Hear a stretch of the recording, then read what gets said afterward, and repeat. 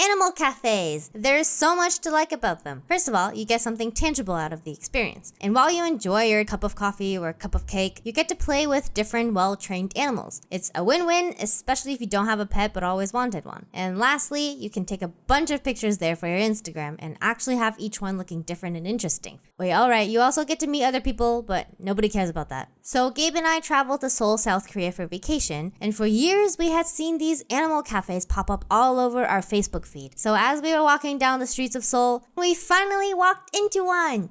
Not because we wanted to. Nope. Visiting an animal cafe wasn't even at the bottom of the list of things to do for the trip. What convinced us to go was actually just traditional print marketing mixed with a really assertive salesperson in a cat costume. But both of us were dog snobs, so... Oh, wait, it says free coffee. So we continue scanning the pamphlet. They had a profile for each cat at that cafe, like as if they're a K-pop group or something. Being a seasoned K-pop fangirl that I am, my habits kicked in. Ooh, this one is so cute. Let's go. I want to go. Kimbap? And guess what? We actually ended up spending 2 hours in that cafe. I think that we developed a budding love for this feline species for the first time in our lives. One of them scratched me.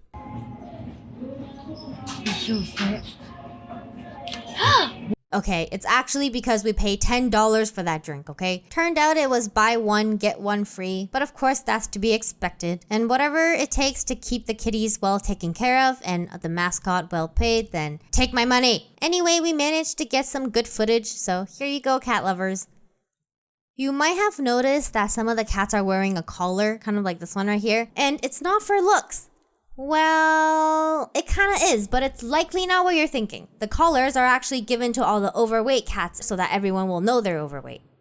And then it will discourage customers from feeding them treats since they're supposed to be on a diet. Because, well, they were overfed by customers to begin with, from being, so cute, I'll spoil you more than all the other cats here. Interesting. So then that means that the collar is technically a status symbol. Yeah, you keep telling yourself that. Fatty.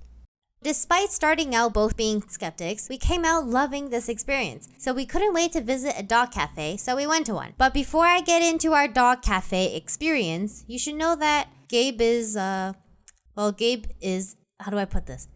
He's a dog god. Dogs just naturally go to him. So what if Gabe has a magic touch with puppies? I knew that. So did he. So on our way to the cafe... It's not even a competition. All the puppies will love me more.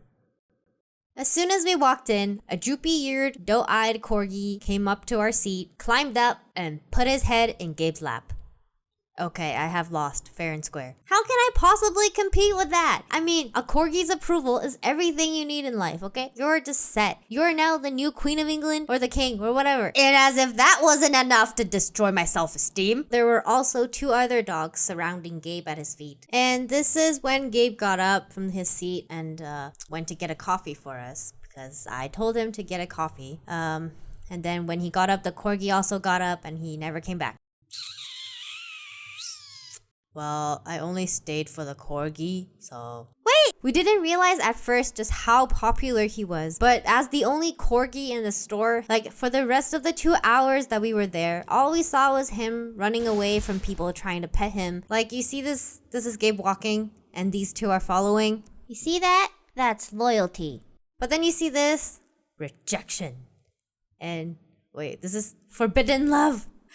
Okay, last but not least, the third animal cafe we visited was a sheep cafe. The cafe had a pen area across from it where the sheeps would hang out, and we were just so excited to touch them, but we had to get some food first, so we ordered our shaved ice, ate it really quickly, and then ran outside to play with them. And here is how it feels to touch a sheep if you never touched one. Yes, it's fluffy, but it's also dense and bouncy and warm and just everything you want your bed and your pillow and your clothes to be made out of for the rest of your life. So unlike the cat and dog cafe, they don't sell sheep food there, so there weren't many ways to get the sheeps to come and play with you. So all the customers just sat in a circle looking at them.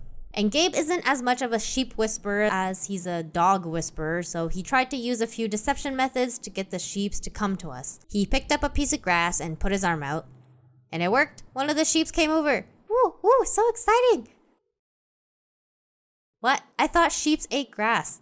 I don't know. Turns out these sheeps only ate commercial sheep food since they're more like pets than, to be raised for their fur or wool. Anyway, so the sheep food is basically just bigger version of dog or cat kibbles. And we know that because lucky for us, the owner dropped by the store and generously gave us each a handful of kibbles to feed them with.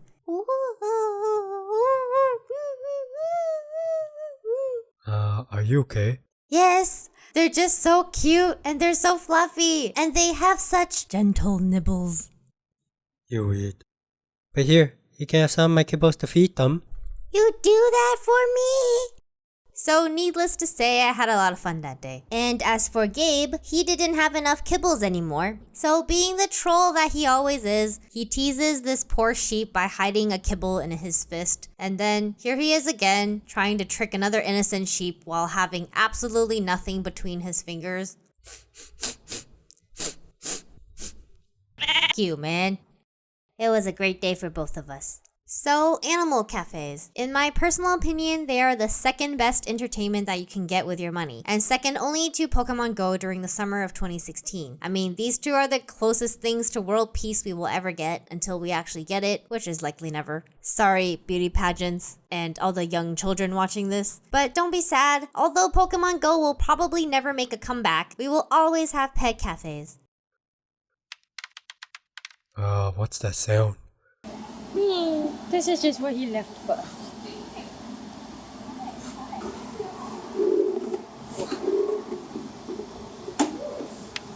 He's so cute. They look like little puppies.